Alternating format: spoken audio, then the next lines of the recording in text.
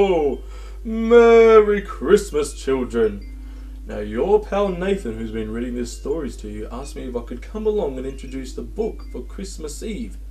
Now, as you know, I'm very busy on this night, so I won't have time to read the story with you, but I can definitely introduce it for him. The story you're going to be reading will be An Aussie Night Before Christmas by Yvonne Morrison. This sounds very interesting, as I come to Australia every year to deliver presents to all you good little boys and girls. I'll be back at the end to see what you thought of this one, so make sure you let me know.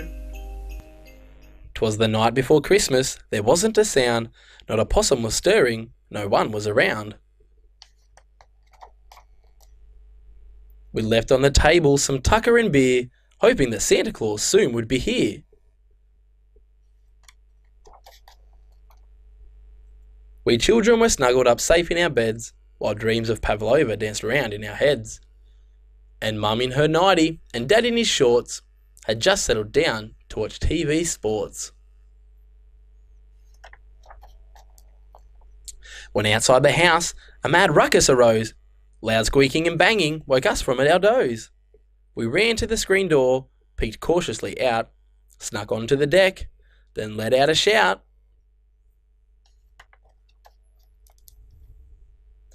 Guess what had woken us up from our snooze? But a rusty old ute pulled by 8 mighty roos. The cheerful man driving was giggling with glee, and we both knew at once who this plump bloke must be. Now I'm telling the truth, it's all dinky-die. Those 8 kangaroos fairly soared through the sky.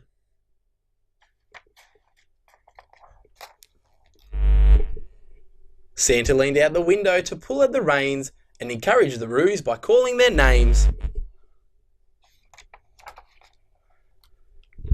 Now Kylie, now Kirsty, now Shazza and Shane, on Kipper, on Skipper, on Bazza and Wayne. Park up on that water tank, grab a quick drink, I'll scoot down the gum tree, be back in a wink.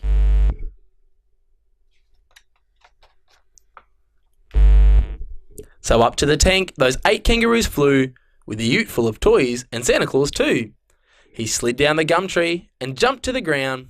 Then in through the window, he sprang with a bound.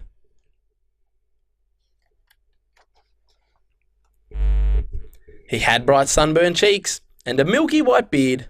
A jolly old joker was how he appeared. He wore red stubby shorts and old thongs on his feet, and a hat of deep crimson as shade from the heat.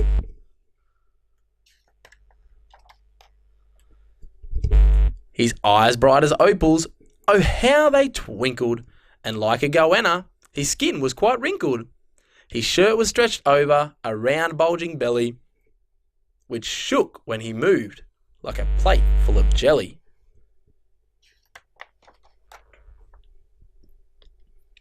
A fat sack of prezzies he flung from his back, and he looked like a swaggy unfastening his pack. He spoke not a word, but bent down on one knee to position our goodies beneath the Yule tree.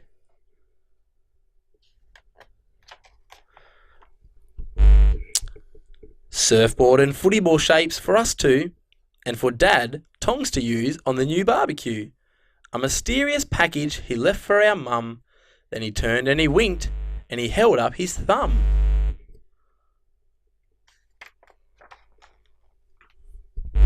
He strolled out on deck, and his ruse came on cue, flung his sack in the back, and prepared to shoot through. He bellowed out loud as they swooped past the gates. Merry Christmas to all, and good on you, mates. So, tell me children, what did you think of the story? You liked it? That's great! It's actually a favourite of mine, as so is Australia. Well, I've got to get going now to deliver the rest of these presents to the children in the world, so you make sure that you and your family have a very Merry Christmas, okay? Ho ho ho! Merry Christmas, everybody!